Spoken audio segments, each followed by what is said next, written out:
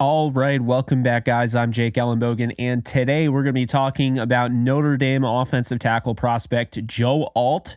I'm going to give you my thoughts on what I think he does well, what I don't think he does well, or what he needs to improve on. My final thoughts on him, the draft grade, and of course, whether or not the Rams should trade up for him. We have gotten to that point. The last three guys in this list, these are three tackles. I just had Fuaga. If you haven't checked out that video, be sure to do so. These are going to be guys that the Rams would have to trade up for. So that will be at the end after I've explained everything. But before we do dive into it, be sure to like, subscribe, and comment, and follow me on social media at JKBogan. Let's get ready. So, Joe Alt, Notre Dame. This is a 3-year starter. Not even 21 years of age yet. He will be in a few days, or I think now he is 21 years of age. Looking at my scouting report, I scouted him and finished his eval before he even turned 21. So that is really awesome. You're getting a really young tackle, if you do end up drafting him. Prototypical size, 6'8", 322 pounds. He has a former tight end background, so he was recruited to be a tight end at Notre Dame, moved over to tackle. To me, this is really displayed in the run game. I think when you look at him, he's so fluid, he's so smooth. If you need him on a pull, he can pull. Trust me, he looks like a tight end. He's just really, really athletic. And it's incredible to watch when you really watch him on tape. He's a total brick wall in pass protection for the most part. Might be the best pass protector in this draft, all things considered. He can get out in space in the screen game, get to the second level, and he just cleans house. I think this is somebody that is just rock solid.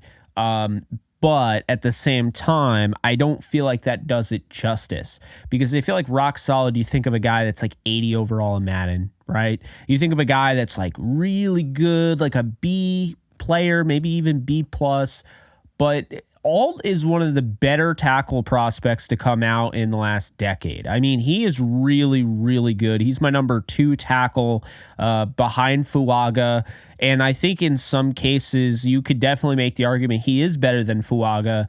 But I think, I just decided to go with Fuaga, and that in my grading scale, showed that. But he's the best pulling tackle you're going to find in this class. And I think that's huge, because it allows you to do some things that maybe you can't do with some of the other, left tackles in this class. He only gave up 10 pressures the last 2 seasons combined, and only 1 sack. So I mentioned Fuaga last video, didn't give up a sack. Alt gave up 1 sack. He only gave up 10 pressures the last 2 years. He's just so efficient. Notre Dame had just an absolute monster of a left tackle in Alt. He's very disciplined, okay? So when you go back and, you look at some of the other tackles that I did videos on, these guys will have 4 to, not even 4. Like, they'll have like 8 to 12 penalties. He had 4 penalties in 3 years. 4 penalties in 3 years as a starter. He just doesn't get penalized. That's amazing. 4 penalties in 944 snaps. That's just like really, really disciplined nature. That's something you love to see. So that's what I'll say there. Despite being 6'8", I think he gets great pad level. He's got great knee bend for his position. This isn't somebody that plays too high. A lot of the other tackles that, they're 6'8", but they're standing straight up. They're way too tall. They play way too tall. It causes their hand placement to be out of whack and everything. Alt plays at the right pace and the right level. He can be a true run game mauler with his overall play strength. That's something to keep in mind. He has crazy length, and he uses this length to neutralize incoming defenders at the point of attack. And he's got this outstanding bunch of hand usage that he has. And he's really just one-on-one. It's going to be hard for anybody in the NFL to beat him. I think this is going to translate pretty well, all things considered. Most of what he does, anyway.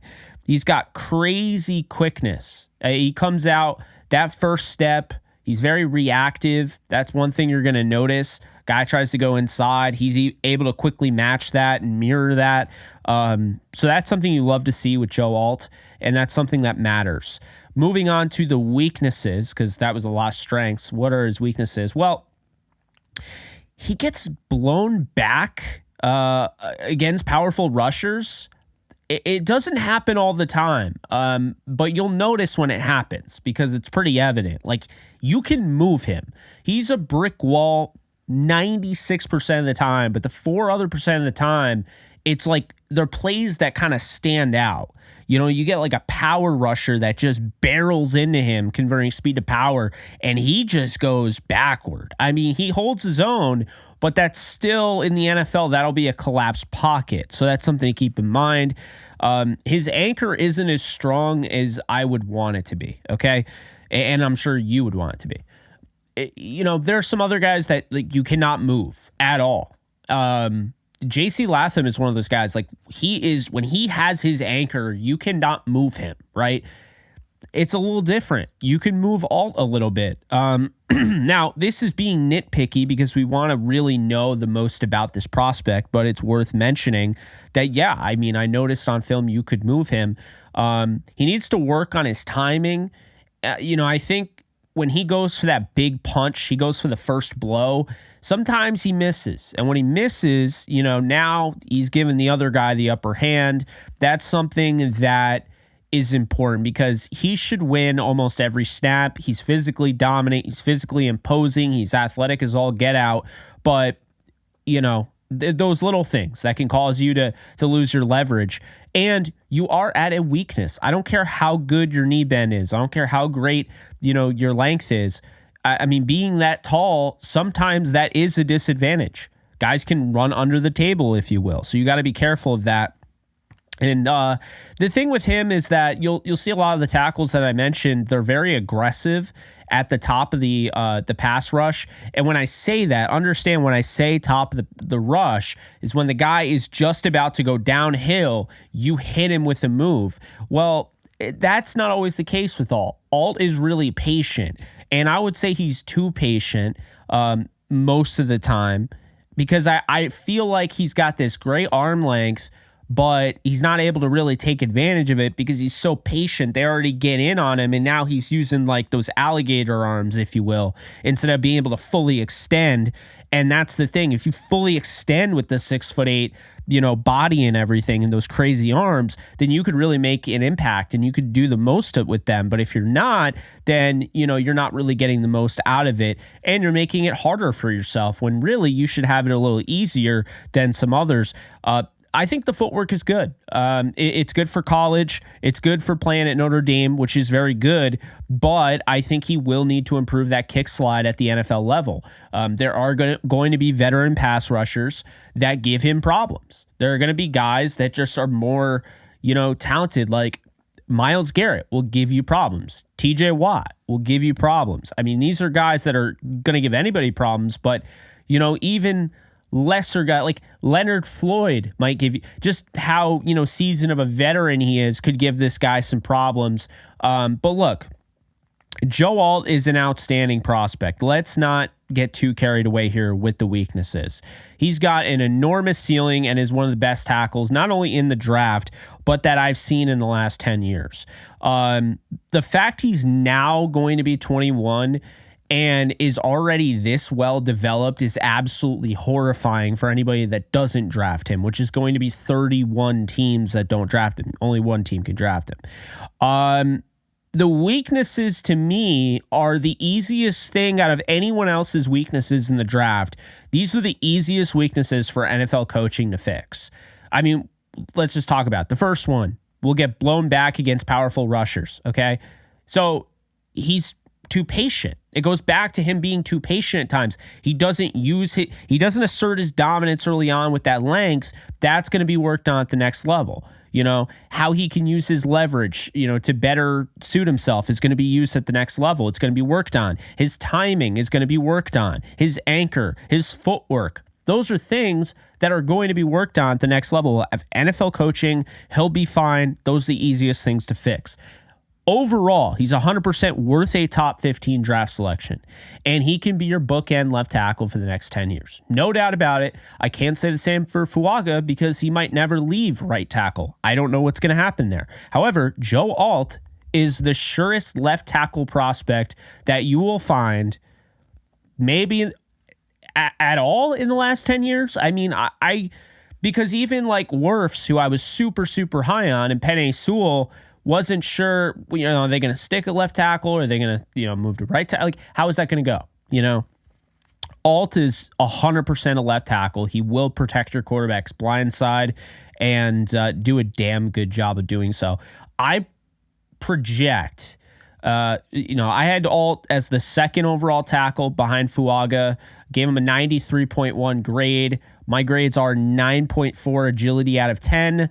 9.4 pass protection out of 10, 9.2 run blocking out of 10, 9.5 spatial movement out of 10, 9.6 pull/trap out of 10, 9.2 play strength, 9.1 technique, 9.7 size, 9.1 awareness, and 8.9 balance because of what we talked about. So that comes away as a very early first round pick. Like I said, top 15. It really depends on how the draft goes. Are teams going to actually are they going to look at the most important position outside of quarterback, left tackle, offensive tackle in general? Are they going to look at that and actually take advantage, or are they going to get caught up in, how great these wide receiver prospects are, and Brock Bowers and maybe some of these edge defenders and corners? Who knows? We don't know how the draft's going to go, but I will tell you there is no way that Joe Alt is going to make it outside of that top 15. He's second, according to PFF, in pass blocking grade. He's third in run blocking grade, and he's the first overall grade for tackle for PFF. 17 pressures allowed total, 3 sacks all time, only 1 given up in 5 pressures in 2023. Tied for 4th in pass blocking efficiency. Again, 6'8", 322, 21 years old, a fresh 21. You just don't get guys like this very often. So that does beg the question, obviously, is he worth it for the Rams to trade up? Should they trade up for him? Because I said you could make the argument they should trade up for Fuaga. Well, I think even more so, because I think Fuaga is the better player based on the tape, in my opinion. I didn't see him getting blown back as much. So that was really what broke that tie, because, it's really close, 93.1 to I have Fuaga at 93.9. So that's a 0.8 difference. But, with Joe Alt, I think he makes more sense for the Rams, because the big question about Fuaga is he going to play left tackle, right? And Fuaga is the better run blocker for sure, but Alt is still really freaking good at run blocking. He's probably number 2. And the thing about Alt is that he played left tackle for 3 years at a high level program. And so if the Rams wanted to, this would be like an Orlando Pace move. Going out there, getting your left tackle for the next 10 years. Joe Alt, you can bring back Alaric Jackson on a $4.8 million deal if he is, signed to that second round, or, given that second round tender that we keep talking about. Regardless, Joe Alt makes tons of sense for the Rams. And like I said, Fuaga might be my number 1 offensive tackle, but Alt makes more sense than Fuaga because the Rams have a very rock solid top 10 right tackle in football in Rob Havenstein there, who's still going to be there beyond this year. So when you look at left tackle, you have a guy who's a restricted free agent. He's only going to sign a 1-year deal because it's going to be a tender, and I don't think anybody is going to give up a second-round pick for him. If that's the case, we'll cross that bridge when we do, but I don't expect that. So I expect Alaric Jackson will be back on a 1-year deal, 1 year. Okay, even if he, were to start, maybe you move him to guard. Maybe you move Avila to center, and that's how you replace, whoever, right? Now, Alt, this is the fascinating thing that I want to talk about, because I want to mention something here. I'm going to bring up, I got a DM. I want to shout them out. I don't know if I'm supposed to, but I do want to. I'm not going to shout them out, but just know who you are. I don't know if I have, like the ability to do so. I don't want to get you in trouble. But I thought it was really interesting. What I got is that and some of you were probably there for the Rams presentation that there was. And I just thought it was really fascinating hearing about the Joe Alt talk, because Tony Pastor's brother, who of course works in the Rams front office, coached Joe Alt in high school. So that's interesting. Of course, Les Snead said if he were to fall at 19, he would be a no-brainer. I mean, obviously, but it's just interesting that Joe Alt was brought up at all there, because normally don't hear a ton about certain draft prospects like that. So I'm not saying that is going to be, why the Rams go out and get him, or the Rams will go out and get him now. But I have mentioned, and I said it in the last video with Fuaga, did I not? I said, this is the draft. If you're going to move up and you're going to go and take an offensive tackle or move up at all, this is the draft to do it. It's more top heavy, doesn't have as much depth as last year. Doesn't mean it doesn't have as much talent, or doesn't mean it's not talented. No, it just doesn't have as much depth, more consistent talent, more talent you can kind of lean on, right? So because of that, this is the draft to trade up. They're at 19. The last time they picked at 19, they got Alex Barron. Okay, that did not work out well. The Rams don't have a great history drafting at pick 19. We'll see if they stay here. I'm kind of buying the idea they don't. With that said, if they're going to trade up for a tackle, I mean, if they could choose any of the three, again, Fuaga might be my number one, but it's by 0.8. I would take Joe Alt. I think Alt long-term as the Rams left tackle, transcending Matthew Stafford's time there. I think the next quarterback, if it's a rookie, if it's a Zach Wilson who just gets developed into that, if it's Carson Wentz, if it's Kirk Cousins or somebody crazy like that, they are going to get a great head start, because they'll not only have Sean McVay as their head coach, they're going to have Joe Alt as their left tackle. They're going to have Puka Nacua as their wide receiver. And who knows, maybe Kyron Williams as the running back. That is a killer thing. And having a guy like Joe Alt next to Avila, potentially, if Avila doesn't move in at center, and having a guy like that, I just think, to me, that goes back to Andrew Whitworth. That goes back to Orlando Pace. That goes back to, having a guy like, I'm totally blanking on his name right now. Jackie Slater, Mr. Ram, who was there his entire career, I think it was 20 years. Having guys like that on your offensive line are tone setters. They're franchise-altering players. Alt is a franchise-altering player, okay? So is Fuaga, but Alt, can play left tackle. Just saying. Curious what you guys think. Would you trade up for Joe Alt? First off, let me just say this. Joe Alt could go at 4 to Arizona. He could also fall down the board to 8. I'm looking at 8 as a potential option there. It's a decent hike. You're talking about 11 picks to move up 11 spots. You might even have to give up that second rounder, but it might be worth it depending on what you do in free agency. You're not getting a ton of compensatory picks because there's not a ton of value guys that you could be losing in free agency. So with that said, I think you should try to make the most of free agency. Take advantage of the fact that even though your compensatory picks will cancel out, it's not like you have a ton. It's why you need to bring back Kevin Dotson. He's your biggest. But yeah, those are my thoughts. Curious what you guys think. Do you think the Rams should trade up for Alt? I think if Alt, Fashanu, or Fuaga, if they're all there, or any of them are there at pick, say 13 or maybe 12, I'll say, let's just say they all three, at least one of those three makes it in the top 10. I'm going to say I think they trade up and make it happen. I think they would trade up and make it happen because they understand the importance. They understand positional value. There's a reason why they brought back Whitworth consistently. They kept saying, okay, we want this guy to stay. They wanted him to stay even when he was retiring, right? Whitworth is an advisor. We know that. He has some sort of role with the Rams. He's at least around them a lot. So maybe he pushes for this. So we'll see what ends up happening. But yeah, Joe Alt, he's different. Simply put, he is different. So hope you guys enjoyed. Be sure to like, subscribe, and comment. Follow me on social media at JK Bogan, all social media. And I'll see you guys in the next video. Take care, folks. Later.